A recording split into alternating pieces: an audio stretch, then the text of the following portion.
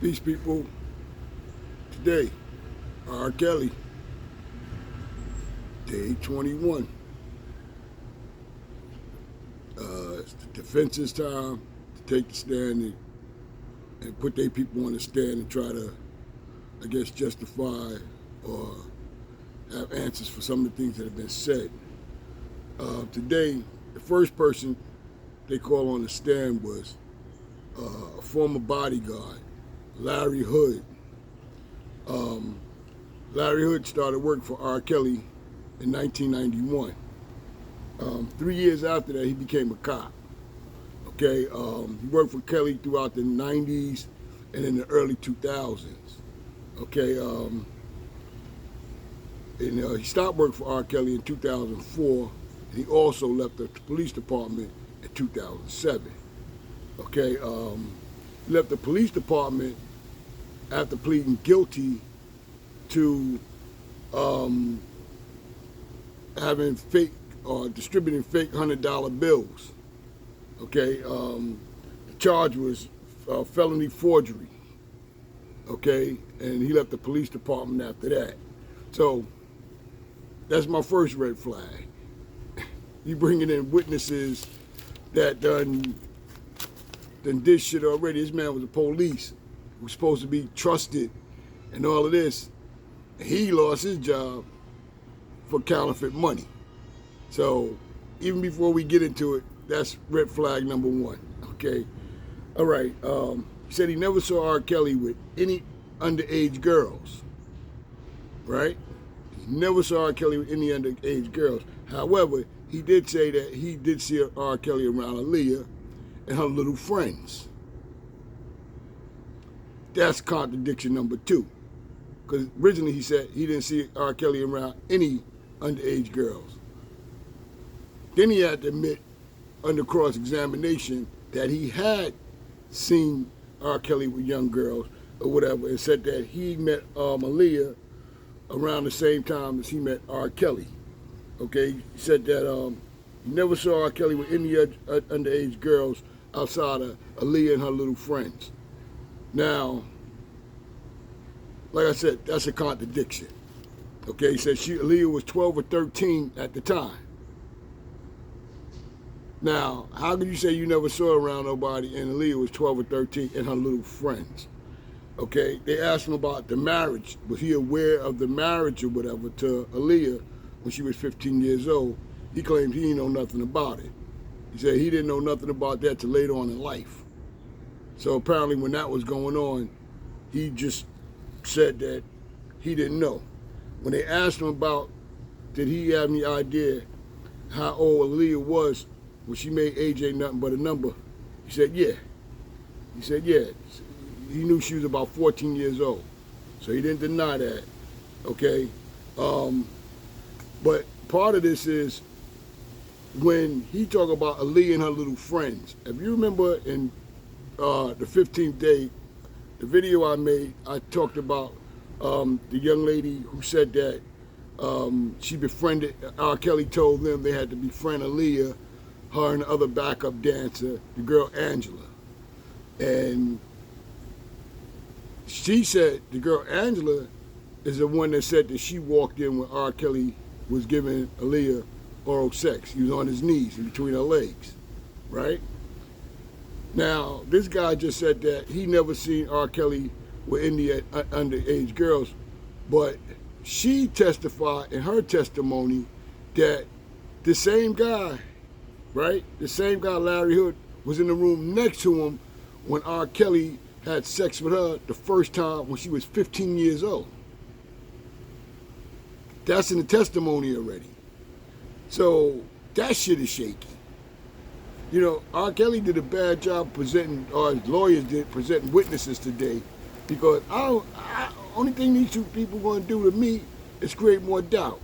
Okay, I'll get to the other guy later, but right now, you know, so you got a guy that was a cop who got, I guess, fired or quit or resigned or whatever because he got caught out there with forging money, fake $100 bills.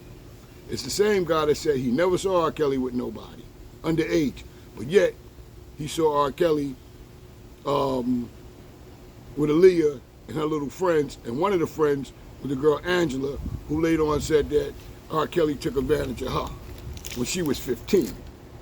Okay, the girl said that he was in the next room next to them when this was happening. So this is all in the court records already. This is in the court records already. This is not a good look. This is not a good look. Okay. And also he lied on the stand. He told them about losing his job at the police department. He said he left in good standings.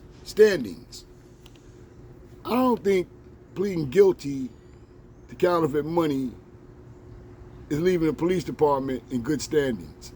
So this guy, his shit is shaky, you know, and I don't see how he could possibly help R. Kelly case. To me, from what he said on the stand, only thing it does is create more doubt. Okay, that's my personal opinion. You know, maybe I'm missing something, but I don't think I am. Okay, the next person was on the witness was somebody called Danny something. Okay, this person was an aspiring rapper who turned a shoe designer who had been a longtime fan of R. Kelly's. He said he met R. Kelly in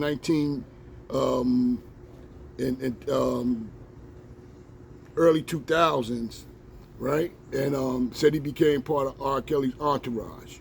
Okay, he said that for about 15 years he traveled with R. Kelly, and said he never recalled R. Kelly with any underage girls.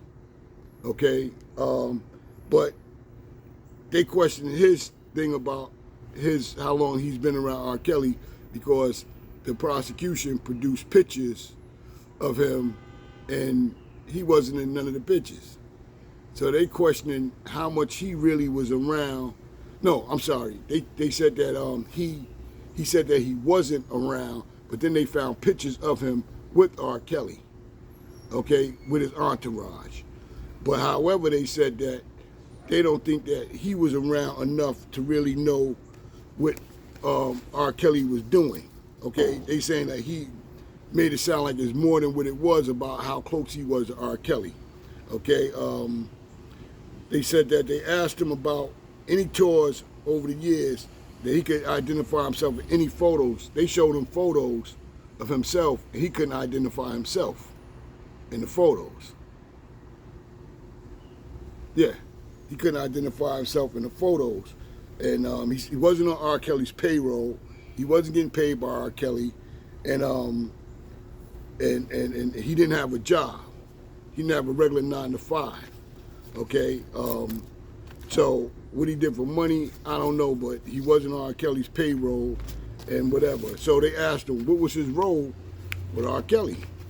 He said his role was to learn and observe. He never put out an album despite being a wannabe rapper, and R. Kelly was supposed to help him do this this album or whatever. He never put any songs out, okay? And despite of him saying that he was part of R. Kelly's entourage, most of the people that was part of the entourage name came up more than once through witnesses and testimony, you know, but this guy's name never came up, not one time.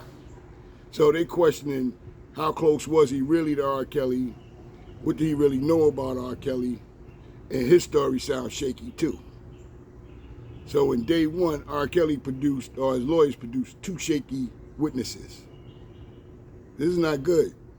They're gonna have to come better than this, because you got a cop, ex-cop that got fired for counterfeit money and lied on the stand about he didn't know who R. Kelly was with, how old they was. Then he later on he said R. Kelly, Aaliyah had her little friends around or whatever. Then you find out this girl said that he was in the next room when she got raped. And then on top of it, this other guy who claims he was with R. Kelly, he lied on the stand too. Okay, so I don't know. This shit is not looking good for R. Kelly. He better get some better witnesses, or it's not gonna be a good finish for him. Peace. Y'all like, subscribe, and share my videos, please. Peace. Have a good day.